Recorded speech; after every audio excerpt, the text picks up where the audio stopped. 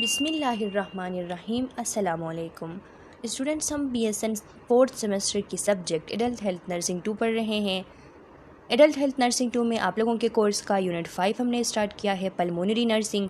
Pulmonary nursing के कुछ topics हम कवर कर चुके हैं जो कि हमारे चैनल के प्लेलिस्ट में मौजूद हैं, और चैनल के प्लेलिस्ट का लिंक आप लोगों को इस वीडियो लेक्चर के डिस्क्रिप्शन के एंड में मिल जाएगी, वहाँ से आप स्टडी कर सकते हैं। आज का हमारा जो वीडियो लेक्चर है इसमें हम आप लोगों के इसी यूनिट के कोर्स में से एक और टॉपिक डिस्कस करेंगे जो कि चेस्ट ट्रॉमा है। चेस्ट ट्रॉमा इस वीडियो लेक्चर के अंदर हम डिटेल से डिस्कस करेंगे। तो जहां हम चेस्ट ट्रॉमा पढ़ते हैं स्टूडेंट्स, तो उसमें दो लफ्ज़ आप लोगों को बहुत ज़्यादा सुनने को मिलेंगी। ये आप लोगों ने याद रखना है कि जो भी चेस्ट ट्रॉमा या चेस्ट इंजरी जिसे हम कहते हैं, तो उसके 2 टाइप्स होते हैं।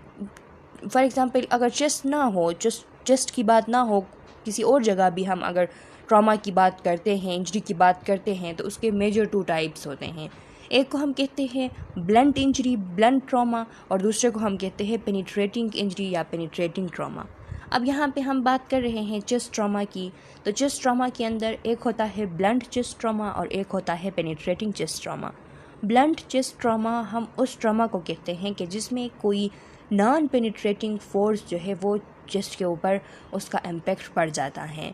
इसके डिफरेंट कॉमन काजेज़ हो सकते हैं, जैसा कि मोटर व्हीकल से कोई एक्सीडेंट हो गया, फाल हो गई, बंदा गिर गया और किसी ऐसी चीज़ के ऊपर गिर गया जो कि पेनिट्रेटिंग फोर्स नहीं है, उसने उसको जो है कट नहीं लगानी, लेकिन इंजरी वो काज कर देता है।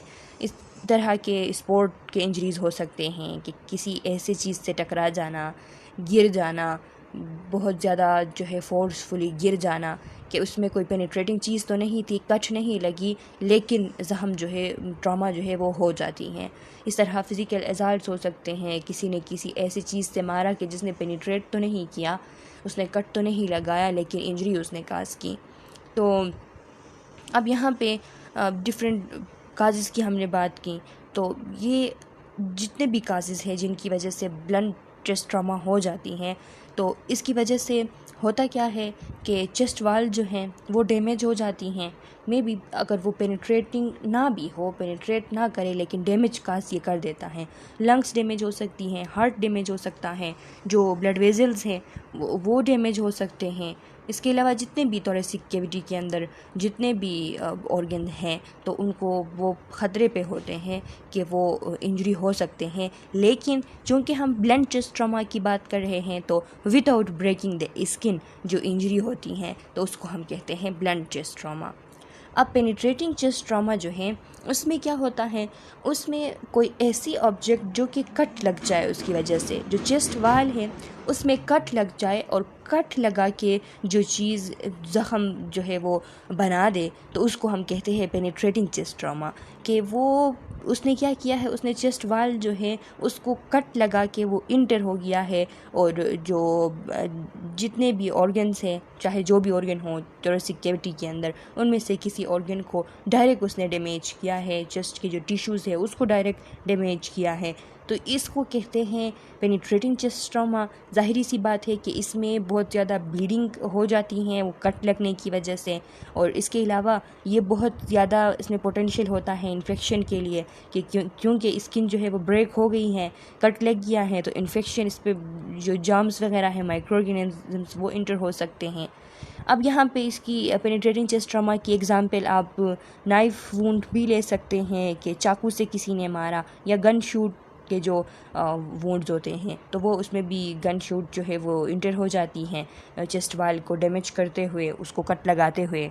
और इसके अलावा किसी ऐसे शार्प ऑब्जेक्ट के ऊपर गिरना कि वो शार्प ऑब्जेक्ट जो है कट लगा के अंदर डायरेक्टली वो ऑर्गन्स जो होते हैं उनको डैमेज कर दे। तो इस किस्म की जो ट्रॉमा होती है उसको हम पेनिट्रेटिंग चेस्ट ट्रॉमा कहते हैं। अब देखिए आप लोगों के इस बुक के अंदर क्या लिखा हुआ है।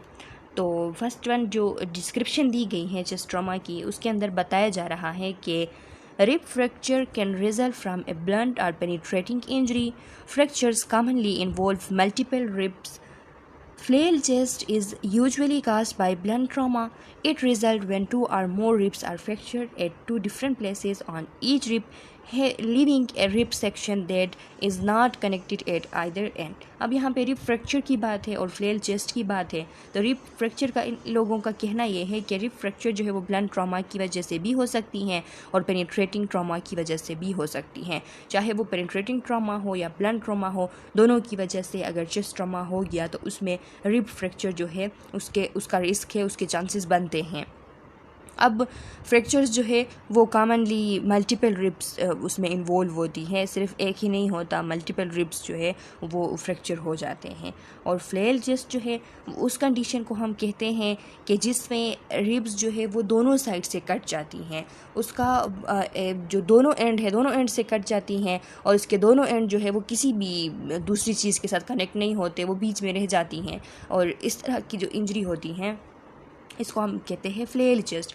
कि उसमें फिर आगे हम लोग पढ़ेंगे स्टूडेंट्स के इसमें डिस्कस ये बात हुई है कि फ्लेल चेस्ट जब होती हैं तो उसमें फिर पैराडॉक्सिकल ब्रीथिंग होती हैं। पैराडॉक्सिकल ब्रीथिंग हम उसको कहते हैं कि जिसमें जो नॉर्मल जो जब ब्रीथिंग होती हैं तो रिब्स जो है वो नॉर्मली ब्रीथिंग के साथ मूव करते हैं। और ये जो हिस्सा होता है फ्लेल चेस्ट का कि वो आइदर साइड दोनों के साथ अटैच नहीं है, ऊपर से भी अटैच नहीं है, नीचे से भी अटैच नहीं है, तो फिर वो क्या होती है वो जो है अपोजिट डायरेक्शन में वो मूव करती हैं। पूरा जो चेस्ट है वो सही तरीके से मूव करता है, उसके जो बोन्स है वो सही तरीके से मूव करते हैं रिब्स के।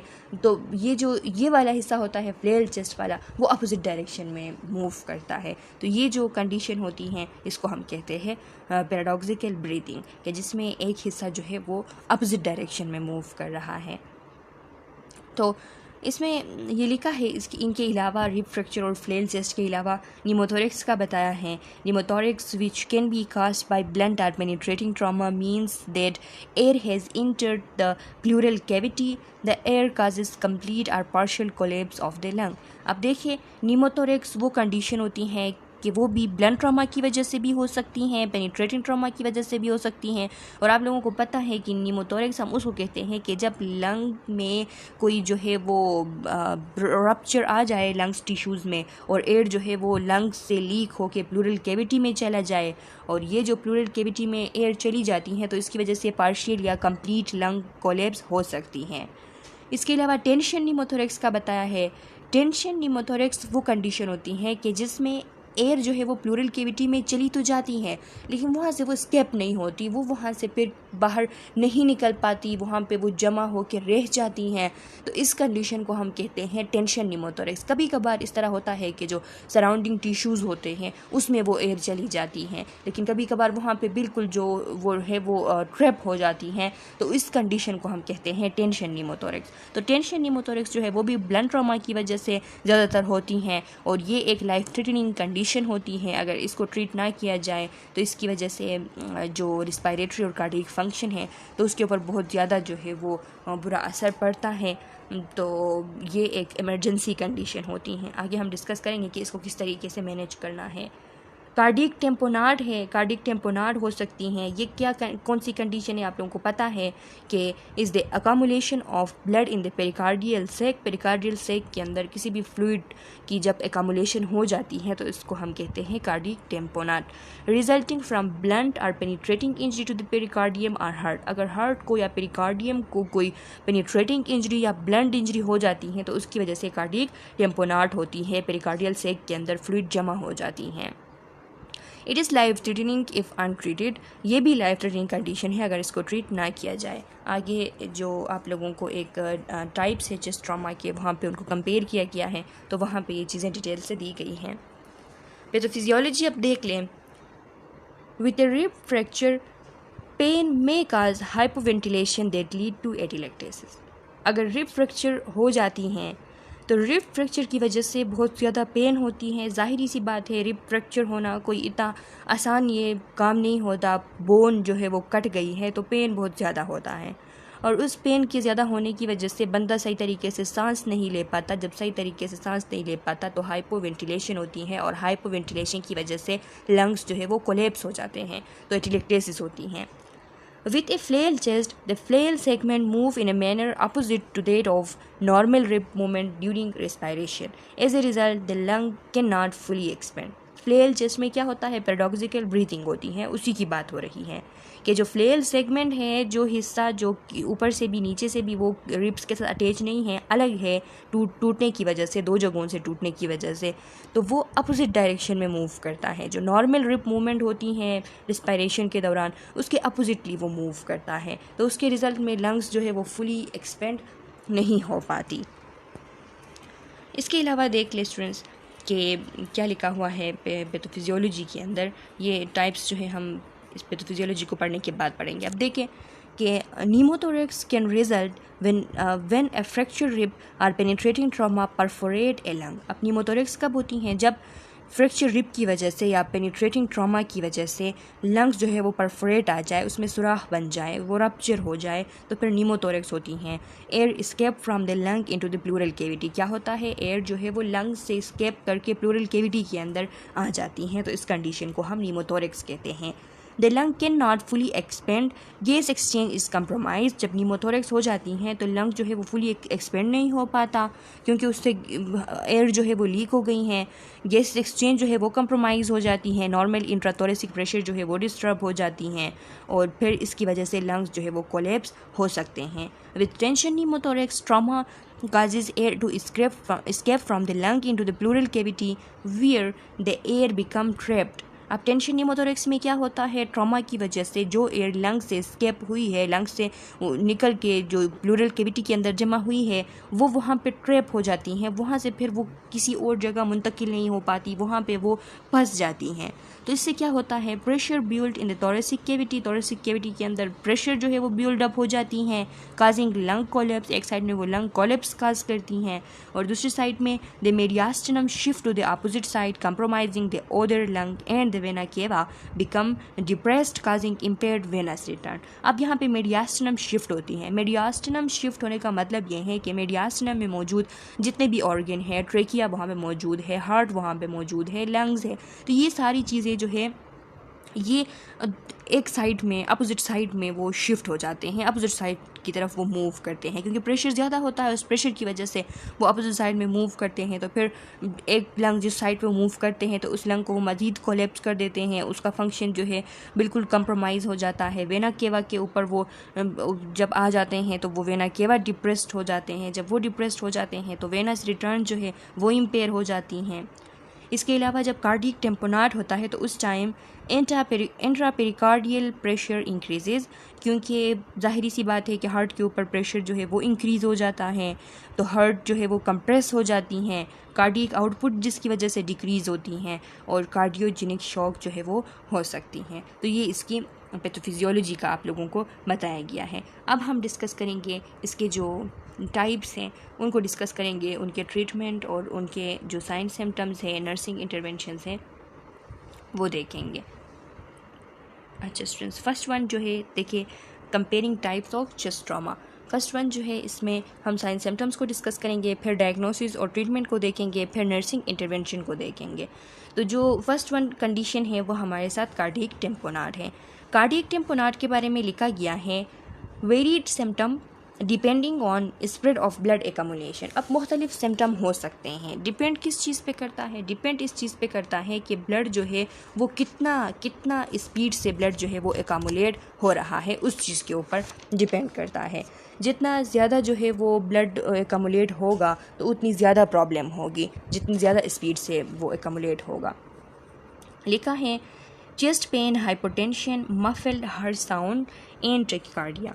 चेस्ट पेन होगा, इसके अलावा हाइपोटेंशन होगी। हाइपोटेंशन इसलिए होती है क्योंकि कार्डियक टेम्पोनाट की वजह से हार्ट जो है उसके ऊपर प्रेशर पड़ती हैं, हार्ट के ऊपर जब प्रेशर पड़ती हैं तो फिर वो सही तरीके से फील नहीं हो पाता, तो कार्डियक आउटपुट जो है वो कम होती हैं। जब कार्डियक आउटपुट कम होती है तो हाइपोटेंशन होती हैं।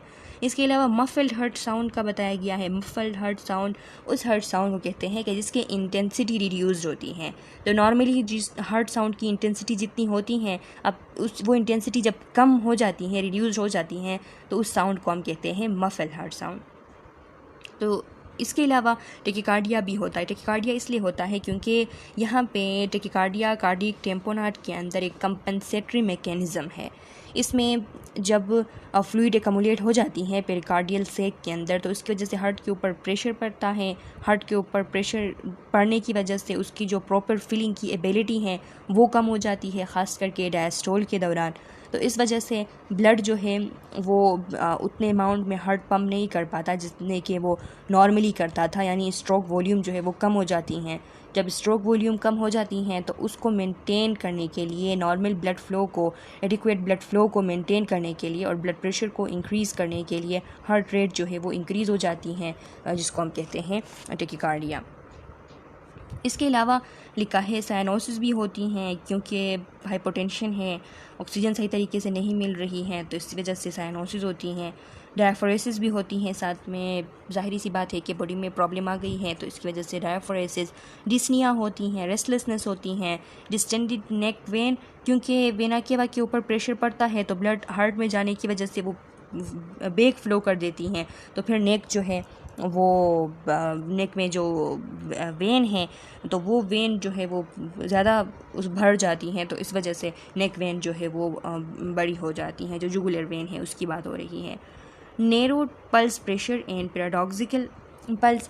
अब नैरो पल्स प्रेशर क्या है स्टूडेंट्स, आप लोगों को पता है कि पल्स प्रेशर जो है वो हम किसको कहते हैं? पल्स प्रेशर को हम इस तरह डिफ़ाइन करते हैं कि जो सिस्टोलिक और डायस्टोलिक ब्लड प्रेशर है उनमें जो डिफरेंस है उस प्रेशर को हम कहते हैं पल्स प्रेशर। अब नैरो पल्स प्रेशर हम किस वक्त कहेंगे?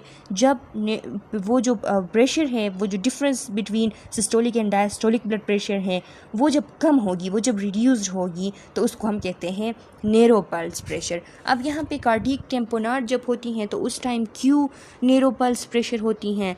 तो ज़ाहिरी सी बात है कि ये जो फ्लूइड यहाँ पे जमा हो जाती हैं पेरिकार्डियल सैक के अंदर, तो वो हार्ट को कंप्रेस करती हैं। हार्ट को कंप्रेस करने की वजह से ख़ास करके डायस्टोल के दौरान जो कंप्रेस होती है हार्ट, तो उसकी वजह से जो वॉल्यूम ब्लड का जो इंटर हो रहा होता है हार्ट के अंदर वो कम हो जाती हैं। उसके कम होने की वजह से ज़ाहिरी सी बात है डायस्टोल के दौरान हम बात कर रहे हैं तो जो प्री लोड है वो कम हो जाती हैं।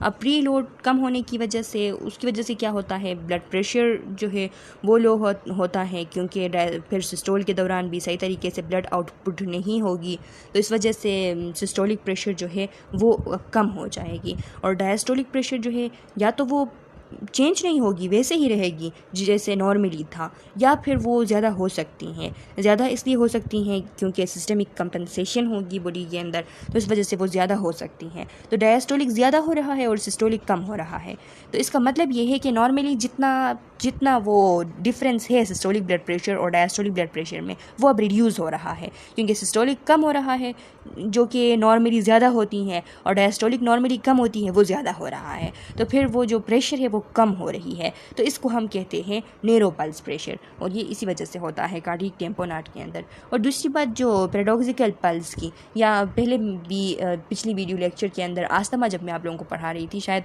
तो उसमें मैंने इसका जिक्र किया था पल्सस पैराडॉक्सिस का। पल्सस पैराडॉक्सिस को हम पैराडॉक्सिकल पल्स भी कहते हैं। ये एक ऐसी कंडीशन होती है कि जिसमें सिस्टोलिक ब्लड प्रेशर जो है वो इंस्पायरेशन के दौरान कम होती हैं। नॉर्मली सिस्टोलिक ब्लड प्रेशर कम होती है स्लाइटली इंस्पायरेशन के दौरान, लेकिन पल्सस पैराडॉक्सिस हम उस वक्त कहेंगे जब 10 mmHg से ज़्यादा सिस्टोलिक ब्लड प्रेशर जब कम हो जाती है इंस्पायरेशन के दौरान, तो उसको हम कहते हैं पल्सस पैराडॉक्सिस। अब यहाँ पे कार्डियक टेम्पोनाट की वजह से क्यों पल्सस पैराडॉक्सिस होती हैं? तो ये इसलिए होती हैं क्योंकि ये जो पेरिकार्डियम के अंदर जो एकमुलेटेड फ्लूइड है, तो ये हार्ट के चैम्बर को सही तरीके से एक्सपेंड होने नहीं देती। जब सही तरीके से एक्सपेंड होने नहीं देती तो इंस्पायरेशन के दौरान जो नेगेटिव प्रेशर है चेस्ट के अंदर, तो उसकी वजह से वेनस रिटर्न जो है, जो वेनस रिटर्न होती हैं हार्ट के लिए, हार्ट के राइट साइड के लिए, तो वो ज़्यादा हो जाती हैं। जब वो ज़्यादा हो जाती है तो उसके ज़्यादा होने की वजह से क्या होता है? उसके ज़्यादा होने की वजह से क्योंकि राइट साइड के अंदर ज़्यादा ब्लड आ जाती है इंस्पायरेशन के दौरान प्रेशर ज़्यादा पड़ने की वजह से, जब ज़्यादा ब्लड आ जाती हैं तो ये जो इंटरवेंट्रिकुलर जो सेप्टम है वो मूव कर जाती है लेफ़्ट वेंट्रिकल की तरफ, जब लेफ़्ट वेंट्रिकल की तरफ ये मूव कर जाती हैं तो लेफ़्ट वेंट्रिकल की जो फीलिंग एबिलिटी हैं वो कम हो जाती हैं, और जब फीलिंग एबिलिटी कम होती हैं तो फिर जो आउटपुट होगा यानी जो स्ट्रोक वॉल्यूम होगी वो भी कम होगी। तो इस वजह से सिस्टोलिक ब्लड प्रेशर जो है वो 10 mmHg से ज़्यादा कम हो जाती हैं इंस्पायरेशन के दौरान। तो इस कंडीशन को हम कहते हैं पल्सस पैराडॉक्सस। इसके अलावा देख लें, when tamponade develop more slowly ascites oedema in arms and legs liver enlargement. जब ग्रेजुअली टेम्पोनाट डेवलप होगी आराम से स्लोली, तो उस टाइम एसाइटिस हो सकती हैं, एडिमा हो सकती हैं आर्म्स के अंदर, और लीवर की इनलार्जमेंट हो सकती हैं। ये इसलिए होती हैं क्योंकि जब जो कार्डियक टेम्पोनाट होती हैं वो स्लोली ग्रेजुअली जो है वो ज़्यादा होती जाती हैं, तो फिर इसकी वजह से क्रोनिक वेनस कंजेशन होती है। और ये जो क्रोनिक वेनस कंजेशन है इसकी वजह से बॉडी के डिफरेंट पार्ट के अंदर फ्लूइड जमा हो सकती हैं, जिसमें अगर एब्डोमेन में हो गया तो उसको हम एसाइटिस कहते हैं, एक्सट्रीमिटीज़ में हो गया तो हम उसको आर्म्स एंड लेग्स एडिमा कहते हैं, अगर लीवर में हो जाती हैं तो लीवर इनलार्जमेंट हम कहते हैं। अब डायग्नोसिस और ट्रीटमेंट देख ले कार्डियक टेम्पोनाट की, तो लिखा है इकोकार्डियोग्राफी हम कर सकते हैं, क्योंकि कार्डियक टेम्पोनाट है तो उसको हम इसके थ्रू डायग्नोस कर सकते हैं इकोकार्डियोग्राफी के थ्रू। इसके अलावा सेंट्रल वेनस प्रेशर हम चेक करेंगे तो वो एलिवेटेड होगा, क्योंकि पेशेंट जो है उसको कार्डियक टेम्पोनाट है, तो कार्डियक टेम्पोनाट की वजह से हार्ट सही तरीके से फिल नहीं हो रही, तो ब्लड फ्लो बैक कर रही है, जिसकी वजह से जब प्रेशर को देखेंगे सेंट्रल वेनस प्रेशर को तो वो CVP हमारा इंक्रीज़ आएगा उस टाइम, तो ये चेक करते हैं। इसके अलावा pericardiocentesis is use to remove fluid from the pericardial sac. आप लोगों को पता है स्टूडेंट के पेरिकार्डियोसेंटेसिस हम उस मैनेजमेंट को कहते हैं कि जिसमें हम पेरिकार्डियल सैक से फ्लूइड जो है वो रिमूव कर रहे होते हैं, तो ट्रीटमेंट में हम ये कर सकते हैं। इसके अलावा सर्जिकली वो जो इंजर्ड एरिया है उसको हम सर्जिकली रिपेयर कर सकते हैं। IV फ्लूइड जो है वो रैपिडली इन्फ्यूज करने होंगे, आइनोट्रोपिक ड्रग देने होंगे ताकि मायोकार्डियल कंट्रैक्टिलिटी है जो है वो इंक्रीज़ हो जाए। जब कंट्रैक्टिलिटी इंक्रीज़ होती हैं तो जो प्रेशर पड़ती हैं वो कुछ हद तक रिवर्स हो जाती हैं कार्डियक टेम्पोनाट की वजह से। अब इसमें नर्सिंग केयर क्या होगा, आप लोगों की रिस्पॉन्सिबिलिटी क्या होगी, तो आप लोग ऑक्सीजन एडमिनिस्टर करेंगे ताकि एडिक्वेट ऑक्सीजनेशन को आप लोग मेंटेन रख सकें, और पार्शियल प्रेशर ऑफ ऑक्सीजन जो है उसको आप इम्प्रूव कर सकें, और जो हाइपोक्सीमिया हुई है उसको रिवर्स कर सकें। इसके अलावा कॉम्प्लिकेशंस के लिए देखेंगे कि कोई वेंट्रिकुलर फिब्रिलेशन तो नहीं हो रही है, वेजोवेगल रिस्पॉन्स तो नहीं आ रहा है, या फिर कार्डियक कंप्रेशन जो है वो ज़्यादा तो नहीं हो रही है। अब यहाँ पे वेजोवेगल रिस्पॉन्स जो है इसको वेजोवेगल सिंकोप भी कहा जाता है या फिर रिफ्लेक्स सिंकोप भी कहा जाता है। ये रिस्पॉन्स जब वेगस नर्व जो है वो ओवर रिएक्शन शो करती हैं तो उस टाइम ये रिस्पॉन्स आता है, और ये रिस्पॉन्स आती इसलिए है, इसको ट्रिगर जो है वो, अब कार्डियक टेम्पोनाट की हम बात करें तो कार्डियक टेम्पोनाट के अंदर होता क्या है कि प्राइमरीली ये हमारे बॉडी के अंदर जो हेमोडाइनमिक जो इंस्टेबिलिटी आ रही हैं उसको मैनेज करने के लिए बॉडी की जो कोशिश है, बॉडी की जो अटेम्प्ट है वो इसको ट्रिगर करती हैं कार्डियक टेम्पोनाट के अंदर। जब ये ट्रिगर हो जाती हैं तो इसके ट्रिगर होने की वजह से कार्डियक आउटपुट डिक्रीज़ होती हैं, हाइपोटेंशन होती हैं, और शॉक भी हो सकती हैं, इवन जो है इसकी वजह से कार्डियक अरेस्ट भी हो सकती हैं। तो इसको रोकना है, इसको किसी ना किसी तरीके से। अब बॉडी पे जब भी स्ट्रेस आती है, किसी भी किस्म की स्ट्रेस जब बॉडी के ऊपर ज़्यादा आ जाती है तो उस टाइम ये, चूँकि ये जो बात हो रही है वेजोवेगल रिस्पॉन्स की, तो ये एक पैरासिम्पैथेटिक एक एक्शन है। तो बॉडी के ऊपर जब बहुत ज़्यादा स्ट्रेस आता है तो ये पैरासिम्पैथेटिक नर्वस सिस्टम जो है वो स्टिमुलेट हो जाती हैं उसको मैनेज करने के लिए। स्ट्रेस की वजह से जाहिर सी बात है स्ट्रेस के सिंपैथेटिक नर्वस सिस्टम स्टिमुलेट हो जाती हैं, फिर उस सिंपैथेटिक नर्वस सिस्टम को स्लो डाउन करने के लिए पैरासिम्पैथेटिक जो एक्शंस होते हैं वो मौजूद होते हैं। तो ये स्ट्रेस की वजह से स्टिमुलेट होती हैं। अब यहाँ पे बॉडी के ऊपर जो स्ट्रेस पड़ रही है कार्डियक टेम्पोनाट की वजह से, बॉडी के अंदर अब ऑलरेडी हाइपोटेंशन है, अब इसको ये नहीं पता कि ऑलरेडी हाइपोटेंशन है, इसको तो सिर्फ ये चीज़ ट्रिगर करती है कि स्ट्रेस है बॉडी के ऊपर, कोई स्ट्रेसफुल कंडीशन है, टैकीकार्डिया हो रही है। तो ये बहुत ज़्यादा डेंजरस भी है, इसलिए इसको लिखा गया है कि कॉम्प्लिकेशन के अंदर इसको लिखा गया है। तो डेंजरस इसलिए है क्योंकि यहाँ पे जो बॉडी के ऊपर स्ट्रेस है, उस स्ट्रेस की वजह से टैकीकार्डिया तो है, लेकिन साथ में हाइपोटेंशन है, और उस हाइपोटेंशन की वजह से ऑलरेडी बॉडी जो है वो मुसीबत में है। ऊपर से ये जब एक्टिव हो जाती हैं, वेगल रिस्पॉन्स आ जाती हैं, तो ये मज़ीद हाइपोटेंशन काज करती हैं। मज़ीद हाइपोटेंशन, मज़ीद ब्रेडिकार्डिया जब काज होती हैं, तो इसकी वजह से शॉक में बंदा जा सकता है और इवन कार्डियक अरेस्ट भी हो सकती हैं। तो इसीलिए इसको चेक करना है कि कोई मज़ीद जो है वो हाइपरटेंशन तो नहीं हो रही है, इसीलिए यहाँ पे लिखा गया है। अब फ्लेल जेस्ट देख ले स्टूडेंट्स। फ्लेल जेस्ट के बारे में लिखा है साइनोसिस और डिस्निया होगी साइन सिम्टम्स के अंदर। ये जब फ्लेल जेस्ट होगी तो उस टाइम साइनोसिस और डिस्निया होगी। इसके साथ साथ हाइपरकेपनिया एंड हाइपोक्सीमिया, ये दोनों कंडीशन होंगे। कार्बन डाइऑक्साइड की लेवल बढ़ जाएगी, ऑक्सीजन जो है वो कम हो जाएगी, तो हाइपोक्सीमिया। रिस्पायरेटरी एफर्ट्स ज़्यादा होंगे क्योंकि सही तरीके से नहीं हो रही है, हाइपोवेंटिलेशन है। और यहाँ पे फ्लेल जेस्ट होने की वजह से हाइपोवेंटिलेशन है।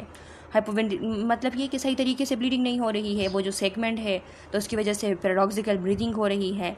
तो फिर हाइपरकेपनिया, हाइपोक्सीमिया और रिस्पायरेटरी एफर्ट्स का इंक्रीज़ होना, ये सारी चीज़ें होती हैं। और साथ में जब इंस्पायरेशन वो पेशेंट करता है तो उस दौरान भी उसको बहुत पेन होती हैं। और साथ में अगर उस जो इंजर्ड एरिया है उसको अगर हम पल्पेट करें तो उस पल्पेशन की वजह से उसको बहुत ज़्यादा पेन होती हैं। Paradoxical movement of the flail segment, उसकी पैराडॉक्सिकल मूवमेंट होती है। नॉर्मल जो रिब्स मूव कर रहे हैं उसके अपोजिट डायरेक्शन में वो एरिया मूव करती हैं। इसके लिए हम चेस्ट एक्सरे कर सकते हैं, आर्टीरियल ब्लड गैस हम चेक कर सकते हैं। इसके अलावा डिफरेंट टाइप्स ऑफ एनाल्जेसिया जो है पेन को रिलीफ़ करने के लिए, वो हम कर सकते हैं यहाँ पे, क्योंकि पेन बहुत ज़्यादा होता है, तो इसी वजह से हम ये डिफरेंट जो तरीके हैं पेन को रिलीफ़ करने के लिए वो हम कर सकते हैं। उसमें फर्स्ट वन जो है पेशेंट कंट्रोल एनाल्जेसिया, जिसे हम PCA कहते हैं। तो ये पेशेंट कंट्रोल एनाल्जेसिया ये एक ऐसी मेथड होती है पेन मैनेजमेंट की कि जिसमें पेशेंट को ख़ुद कहा जाता है कि अपने लिए जो पेन किलर है, ख़ास करके ओपियोइड्स होते हैं, वो अपने लिए ख़ुद आप एडमिनिस्टर करें। उनको कंट्रोल दिया जाता है उस चीज़ के ऊपर, और वो ख़ास करके IV होती हैं, IV पंप में वो लगे होते हैं, पंप के थ्रू। तो वहाँ पे बटन जो है वो प्रेस करते हैं, तो उनको वो जो प्रिस्क्राइब डोज़ है, ओवर डोजेज वहाँ पे नहीं होती, प्रिस्क्राइब एक ख़ास डोज़ उसमें होती है। वो प्रिस्क्राइब डोज़ जो है वो पेशेंट ख़ुद बटन दबा के ख़ुद को वो इंजेक्ट जो है वो कर सकता है। तो अब यहाँ पे इसका फ़ायदा ये होता है कि पेशेंट जो है वो बर्दाश्त करता है पेन को, इतनी जल्दी वो अपने लिए ख़ुद के लिए मेडिसिन वो नहीं लगाता। वो उसके ऊपर जब कंट्रोल, उसको ये पता होता है कि जब ज़्यादा होगा तो कोई मुझे रोकेगा नहीं, कोई मेरे ऊपर प्रेशर नहीं है कि पेन किलर नहीं लगाना है, मैं ख़ुद से लगा दूँगा। तो उस टाइम वो उसका कंट्रोल उस चीज़ के ऊपर होता है, इसीलिए वो काफ़ी जो है उसमें टाइम भी लेता है और इतना ज़्यादा वो पेन किलर यूज़ नहीं करता। तो इसको कहते हैं पेशेंट कंट्रोल एनाल्जेसिया। इसके अलावा ट्रांसक्यूटेनियस इलेक्ट्रिकल नर्व स्टिमुलेशन है, टेंस जिसे हम कहते हैं। ये एक ऐसी थेरेपी है कि जिसके अंदर लो वोल्टेज इलेक्ट्रिकल करंट जो है उसके थ्रू पेन को रिलीफ़ की जाती है। इलेक्ट्रोड्स जो है वो रखे जाते हैं स्किन के अंदर, उस एरिया के करीब रखे जाते हैं जिस एरिया में पेन होता है। और अब ये जो इलेक्ट्रोड्स वगैरह सेट कर दिए हैं, तो ये सिस्टम जो है ट्रांसक्यूटेनियस इलेक्ट्रिकल नर्व स्टिमुलेशन का, ये यूनिट्स जो है सेंड कर देती हैं, इलेक्ट्रिकल इम्पल्सेस की यूनिट्स। उस इलेक्ट्रिकल इम्पल्सेस की यूनिट के सेंड करने की वजह से वो सिस्टम जो है वहाँ से वो सेंड हो जाते हैं, इंटर हो जाते हैं बॉडी में। तो वो जो पेन के सिग्नल्स हैं उनको ब्लॉक कर देते हैं, तो पेन के सिग्नल्स ब्रेन तक नहीं पहुँच पाते, और जब पेन के सिग्नल्स नहीं पहुँच पाते हैं तो पेन की परसेप्शन जो है वो कम होती हैं। तो इसको हम कहते हैं trans electrical nerve stimulation, TENS इसको हम कहते हैं, ट्रांसक्यूटेनियस इलेक्ट्रिकल नर्व स्टिमुलेशन। इसके अलावा हम ये एक और यहाँ पे है मेथड के intercostal nerve block. Intercostal nerve block भी हम कर सकते हैं। ये एक ऐसी प्रोसीजर है पेन रिलीफ करने की कि जिसमें चेस्ट या अपर एब्डोमेन जो है उसमें कोई भी एनेस्थेटिक इंटरकोस्टल नर्व के नियरली एडमिनिस्टर कर देते हैं। सबसे पहले तो लोकल एनेस्थेटिक के थ्रू वो जो एरिया है उसको नम किया जाता है। नम करने के बाद एक थिन नीडल से जो है वो इंसर्ट की जाती है वो मेडिकेशन। एक थिन नीडल जो है वो जहाँ पे ये फ्लेल सेगमेंट है तो वहाँ पे उस एरिया के अंदर जो इंटरकोस्टल नर्व है उसके ऊपर वो लगा दी जाती है मेडिकेशन। जब मेडिकेशन इंजेक्ट हो जाती हैं तो वो ब्लॉक कर देती हैं नर्व के उस एबिलिटी को कि वो उसके थ्रू जो सिग्नल ट्रांसमिट होते हैं पेन के, तो वो ब्लॉक हो जाते हैं। तो वो नर्व जब ब्लॉक हो जाती हैं तो पेन के सिग्नल्स आगे ट्रांसमिट नहीं होते। इसके अलावा लिखा है कि एचएस ट्यूब में बी इंसर्टेड टू ट्रीट हीमोथोरेक्स और नीमोथोरेक्स। अगर नीमोथोरेक्स है तो उसको ट्रीट करने के लिए चेस्ट ट्यूब जो है वो इंसर्ट की जाती है। इसके अलावा एंडोट्रेकियल इंट्यूबेशन ईटीटी ट्यूब भी जो है वो पास की जाती हैं। मैकेनिकल वेंटिलेशन पे भी पेशेंट को रखा जाता है ताकि वो जो चेस्ट वाल है वो स्टेबल होने तक पेशेंट की वेंटिलेशन सही तरीके से हो, और जो फ्लेल सेगमेंट है तो उसको में भी सर्जिकली उसको की जाती हैं, सर्जिकली उसको रिपेयर की जाती हैं। अब यहाँ पे आप लोगों की रिस्पॉन्सिबिलिटी क्या है, नर्सिंग इंटरवेंशंस क्या हो सकते हैं। तो teach the patient techniques for effective coughing and deep breathing to improve airway clearance. यानी आप पेशेंट को इनकरेज करेंगे, उसको सिखाएंगे डिफरेंट टेक्निक किस तरीके से इफ़ेक्टिव कफिंग करनी है, डीप ब्रीथिंग किस तरीके से करनी है ताकि एयरवे जो है वो क्लियर हो जाए। Medicate for pain to promote effective coughing and deep breathing. आप पेन मेडिकेशन उसको एडमिनिस्टर करेंगे ताकि उसको पेन ना हो और पेन की वजह से उसके कफिंग और डीप ब्रीथिंग जो है वो डिस्टर्ब ना हो। Provide hydration to liquefy secretions को लिक्विफाई करने के लिए हाइड्रेशन आप प्रोवाइड करेंगे ताकि सिक्रीशंस जब लिक्विफाई होते हैं तो ईजिली वो कफ अप हो जाते हैं। ऑक्सीजन एडमिनिस्टर करेंगे ताकि जो पार्शियल प्रेशर ऑफ ऑक्सीजन है वो इम्प्रूव हो जाए और हाइपोक्सीमिया रिवर्स हो जाए। इसके अलावा एयरवे सक्शनिंग आप करेंगे अगर नीडेड हो ताकि एयरवे पेटेंसी जो है वो मेंटेन रह सके, सिक्रीशंस क्लियर हो सके। इसके अलावा पिलो प्रोवाइड करेंगे और पेशेंट को बताएंगे कि किस तरीके से आपने सोना है, सोते वक्त किस तरीके से मतलब सपोर्ट आपने प्रोवाइड करनी है उस फ्लेल सेगमेंट को ताकि पेन मिनिमाइज़ हो सके और लंग एक्सपेंशन जो है वो मैक्सिमम हो। इसके अलावा नीमोथोरेक्स देख ले स्टूडेंट्स, नीमोथोरेक्स जब होती हैं तो उस दौरान कौन से साइन सिम्टम्स होते हैं। तो लिखा है कि एसिमेट्रिकल लंग एक्सपेंशन, क्योंकि नीमोथोरेक्स है जिस एरिया पे है अब वो सही तरीके से एक्सपेंशन तो उसकी नहीं हो सकती, तो इसलिए एसिमेट्रिकल एक्सपेंशन होती हैं। किसी जगह सही तरीके से होती हैं और किसी जगह सही तरीके से नहीं होती। चेस्ट पेन होती हैं, क्रिपिटस साउंड जो है वो सुनाई देते हैं। क्रिपिटस साउंड यूजुअली ये उस टाइम सुनाई देते हैं जब नीमोथोरेक्स जो है वो एयर जो लीकेज होती हैं वो नियर बाई टिश्यूज़ में अगर चला जाए तो उस टाइम ये क्रिप्टस साउंड जो है वो सुनाई देती हैं। डिस्निया होती हैं, तकलीफ़ होती है सांस लेने में, और या तो ब्रीथ साउंड जो है वो बिल्कुल सुनाई नहीं देते या कम होते हैं जो इफेक्टेड साइड है उसके ऊपर। रेस्टलेसनेस होती हैं, पेशेंट को बेचैनी होती हैं और मीडियास्ट्रल शिफ्ट के भी साइन होते हैं और टेंशन नीमोथोरेक्स की वजह से हो सकती है। तो मीडियास्ट्रल शिफ्ट जो है उसका मैंने आप लोगों को बता दिया कि ये सीरियस कॉम्प्लिकेशन है कि जिसमें एयर के प्रेशर की वजह से क्या होता है कि जो कोलेब लंग्स है वो कोलेब्स लंग की तरफ वो जो स्ट्रक्चर्स हैं जितने भी मीडियास्ट्रम के अंदर जितने भी स्ट्रक्चर्स हैं, हार्ट हो गया, ट्रेकिया हो गया, तो वो अपोजिट साइड की तरफ जो है वो मूव कर जाते हैं। और ये जब शिफ्ट होती हैं तो फिर इसकी वजह से जो मेजर ब्लड वेजल्स हैं उनके ऊपर भी इसका इफ़ेक्ट होता है, तो इसकी वजह से पोटेंशियल कॉम्प्लिकेशंस डिफरेंट हो सकते हैं। तो ये एक कंडीशन है मीडियास्ट्रल शिफ्ट की और टेंशन नीमोथोरेक्स की, तो ये कॉम्प्लिकेशंस होते हैं नीमोथोरेक्स के। देखिए इसके लिए आप क्या कर सकते हैं, तो लिखा है कि चेस्ट एक्सरे कर सकते हैं, एबीजी स्टडी आप कर सकते हैं, एनाल्जेसिया प्रोवाइड आपने करना होगा पेन को रिलीव करने के लिए। चेस्ट ट्यूब जो है वो में भी आप इंसर्ट कर सकते हैं और सक्शन डिवाइस के साथ आप अटैच कर सकते हैं ताकि सक्शन वगैरह सही तरीके से आप उसको सक्शन कर सके। In a 3-chamber device, the first chamber allow for fluid drainage. The second one is water seal that act as a one-way valve to prevent air from entering the pleural cavity, and third one control the amount of suction. देखिए यहाँ पे आपको तरीका बताया गया है कि chest tube जो है वो इस तरीके से आप इंसर्ट कर सकते हैं कि 3 चैम्बर डिवाइस हो जिसमें जो फर्स्ट चैम्बर है वो फ्लूइड ड्रेनेज के लिए हो, सेकंड चैम्बर जो है वो वाटर सील हो यानी वन वे का काम करे कि उससे जो प्लूरल कैविटी के अंदर जो एयर जमा हुई है वो बाहर तो निकले लेकिन दोबारा वो इंटर ना हो, उसके लिए वन वे आप वाटर सील कर सकते हैं। या थर्ड जो आपके साथ जो थर्ड वन है वो सक्शन के अमाउंट को कंट्रोल करें। तो इसके बाद लिखा है which is needed to remove air from the pleural cavity. अभी हम क्यों करते हैं, तो प्लूरल कैविटी से एयर को निकालने के लिए करते हैं। In an emergency a Cook catheter with a Heimlich valve may be used to prevent air from entering the pleural cavity. अगर इमरजेंसी हो तो उसमें हम कूक कैथेटर हेमलिच वाल्व जो है उसके साथ हम यूज़ कर सकते हैं ताकि प्लूरल कैविटी के अंदर एयर जो है वो दोबारा ना जाए। तो यहाँ पे ये जो कूक कैथेटर है स्टूडेंट्स, ये एक मेडिकल कैथेटर की एक टाइप होती हैं जो कि फ्लेक्सिबल ट्यूब होती हैं जिसको हम बॉडी के अंदर फ्लूइड को ड्रेन करने के लिए इंसर्ट करते हैं। अपनी न्यूमोथोरैक्स की जहाँ हम बात करते हैं तो इसमें कूक कैथेटर जो है वो जो एक्यूमुलेटेड एयर है प्लूरल कैविटी के अंदर उसको निकालने के लिए यूज़ की जाती हैं। और हेमलिच वाल्व की जहाँ यहाँ पे बात हो रही है तो हेमलिच वाल्व जो है वो वन वे का काम करती है, एक वन वे होती हैं जो कि कैथेटर के एंड में अटैच होती हैं। ये एयर को प्लूरल कैविटी से निकालने में मदद करती हैं लेकिन दोबारा वहाँ पे जो री एंटरिंग ऑफ एयर है उसको ये प्रिवेंट करती हैं। तो इसका ये फ़ायदा होता है। अब यहाँ पे नर्सिंग इंटरवेंशंस देख लें। In case of pneumothorax nursing interventions क्या होंगे, तो लिखा है administer oxygen to improve partial pressure of oxygen and reverse hypoxemia. Hypoxemia को रिवर्स करने के लिए, पार्शियल प्रेशर ऑफ ऑक्सीजन को इम्प्रूव करने के लिए ऑक्सीजन आप लोग एडमिनिस्टर करेंगे। पेशेंट को डिफरेंट टेक्निक सिखाएंगे कि इफेक्टिव कफिंग और डीप ब्रीथिंग कैसे करनी है ताकि एटिलेक्टेसिस जो है वो प्रिवेंट हो जाए और लंग्स जो है वो सही तरीके से एक्सपेंशन उनकी हो सकें।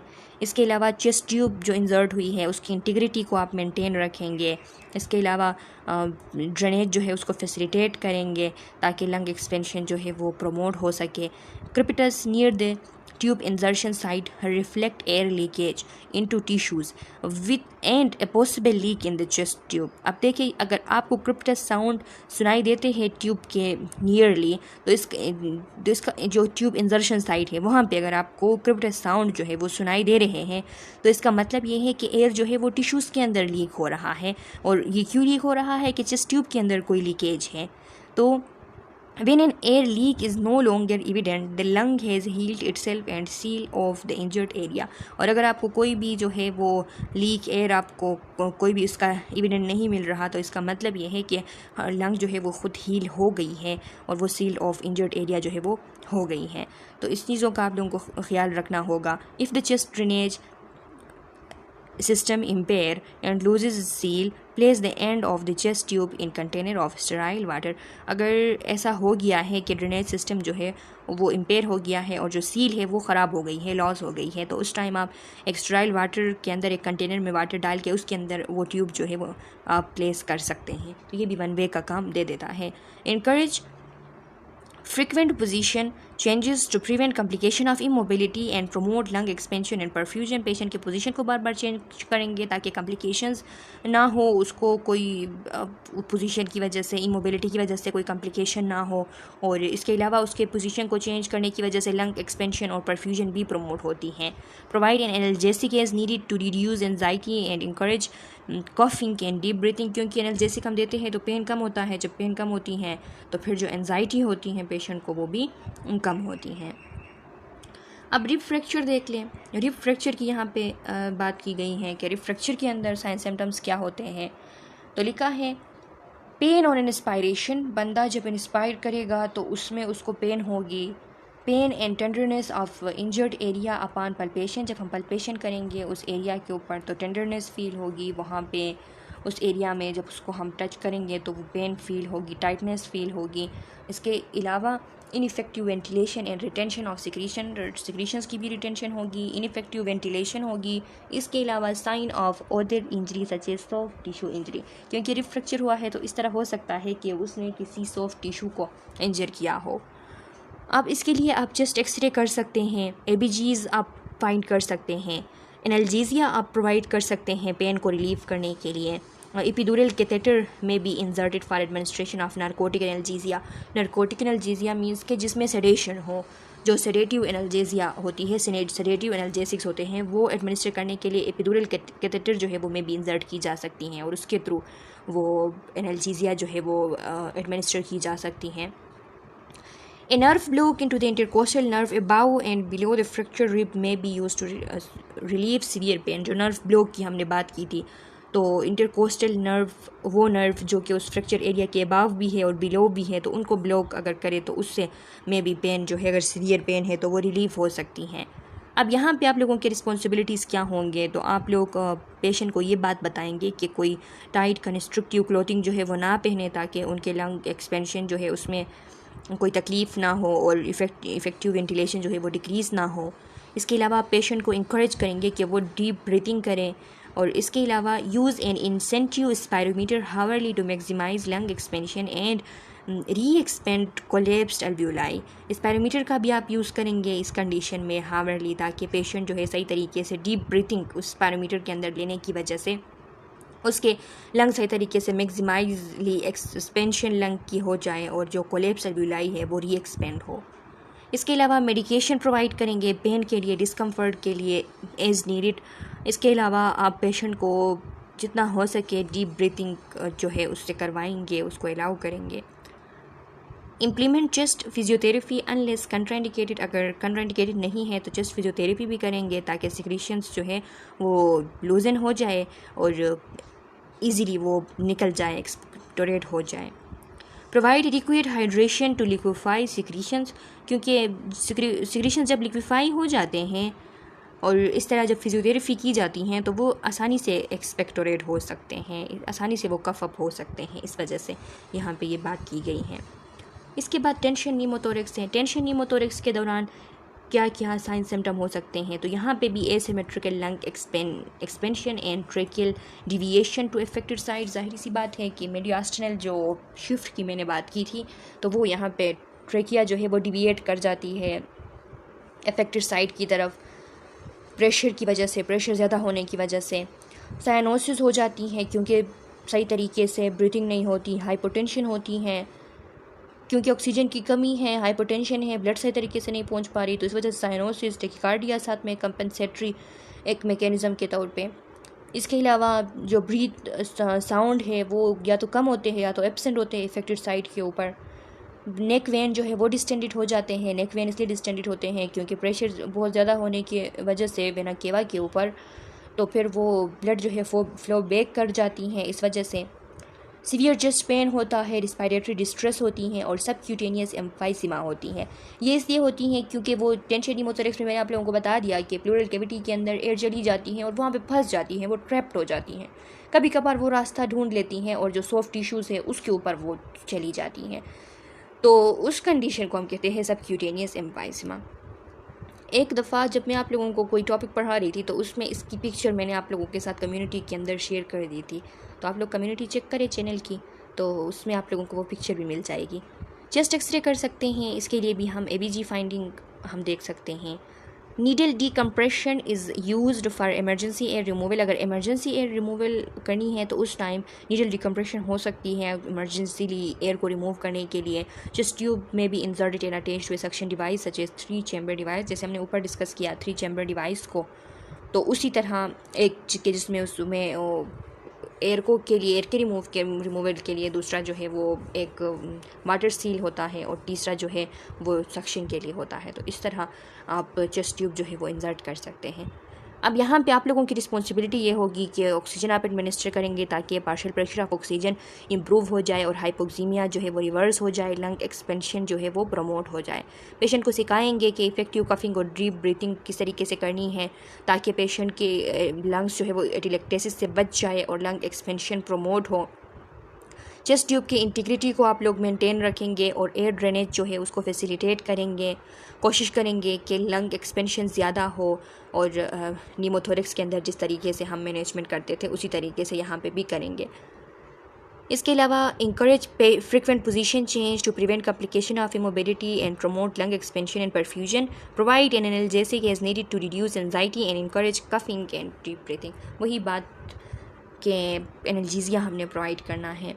अच्छा स्टूडेंट्स, तो ये कंप्लीट हो चुकी हैं आप लोगों का ये जो टॉपिक था चेस्ट ट्रॉमा का, ये कंप्लीट हो चुका है। इसके बाद हम ये COPD तो हम डिस्कस कर चुके हैं, इसके बाद हम डिस्कस करेंगे लंग कैंसर। मैं उम्मीद करती हूँ कि आप लोगों को आज मैंने जितनी चीज़ें पढ़ाई हैं ये समझ आ गई हैं, ईजी है, इसमें कोई इतना मुश्किल कोई टॉपिक नहीं था। फिर भी अगर आप लोगों का कोई क्वेश्चन है, कोई कन्फ्यूजन इसमें है तो कमेंट सेक्शन में अपना क्वेश्चन डाल लें। मैं फिर नेक्स्ट वीडियो लेक्चर में जब आप लोगों को लंग कैंसर पढ़ाऊँगी तो उसमें आप लोगों के क्वेश्चंस का आंसर करूँगी। तब तक के लिए अल्लाह हाफिज़।